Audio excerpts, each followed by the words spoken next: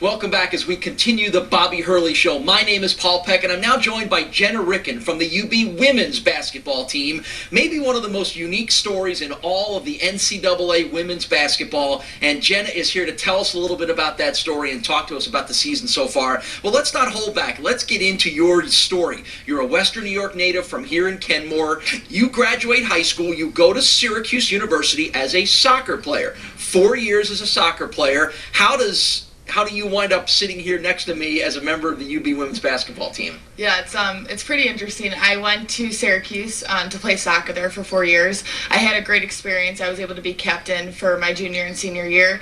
And when I was done with soccer, I just felt like I still had something left to give. I always said I wanted to play basketball in college and have that experience. So I think being able to come back home, and I know I had to go to grad school, so being able to come back home with my family, we haven't really been able to be home a lot. I have two older sisters, and we were all in Buffalo at the same time, so being able to just have that experience, I just wanted to go for it. So. All right, so take me through the process and take me through the first time you get a chance to talk to Coach Jack and tell her, hey, here's who I am and here's what I'd like to do. What was her reaction and what were your expectations? I had zero expectations. I did not think I was going to be able to have this opportunity to come play, but I think I was playing basketball a little bit with some of the girls from Syracuse on the basketball team, and they were just like, you should try. Like, just try. What's the worst that can happen? I was like, I could get cut or not make it. So then I was just playing a little bit in my off season because soccer's over in the fall, and I emailed Coach B, one of our assistant coaches, and the next day she called me. I remember I was in Byrd Library at Syracuse University, and studying, I'm sure. Yes. And I just answered, and it kind of just fell into place. Like, it was a very easy process. I had a tryout. I graduated on Sunday, and I had a tryout Tuesday morning at 8 a.m.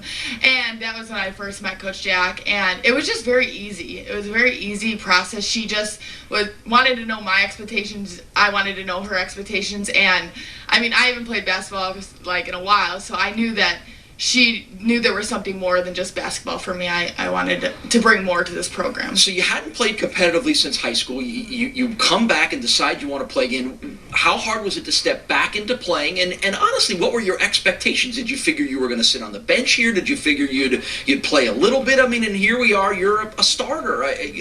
Take me through all of that. Yeah, it was very hard. It was probably the hardest thing I've ever done so far in my life. So it's not that bad, but it was very hard to adjust. I didn't know a lot of like how many plays there were. I had a really hard time at first, like remembering all the plays and like just like little key words. I had no idea what they meant, so I always had to ask the stupid questions at practice. But it was just very hard to adjust to just like maybe the conditioning wise, like soccer is very long distance and 90 minutes basketball is a lot cutting, so I just had to put in a lot of extra work, and Coach Jack and all the assistants really helped me, and my teammates, they were very patient with me throughout the off season. So Coach Jack has talked about what you bring to her team, and the reason why you've become a starter is your experience and your leadership. Are those the things that you feel like are your strengths right now? Yeah, I definitely feel like it's just, once you go through 4 years of a sport, you understand how fast it goes and what a blessing it is to be able to play a college sport. It's really so unique, and not a lot of people get to do it. So I think just being able to have leadership, have them know that this goes by so fast, to embrace every moment, I think is really important. Your team is playing very well right now. You're coming off a nice road trip with wins over Northern Illinois and Ball State. Give me a sense of how this team is meshed together. Mm-hmm.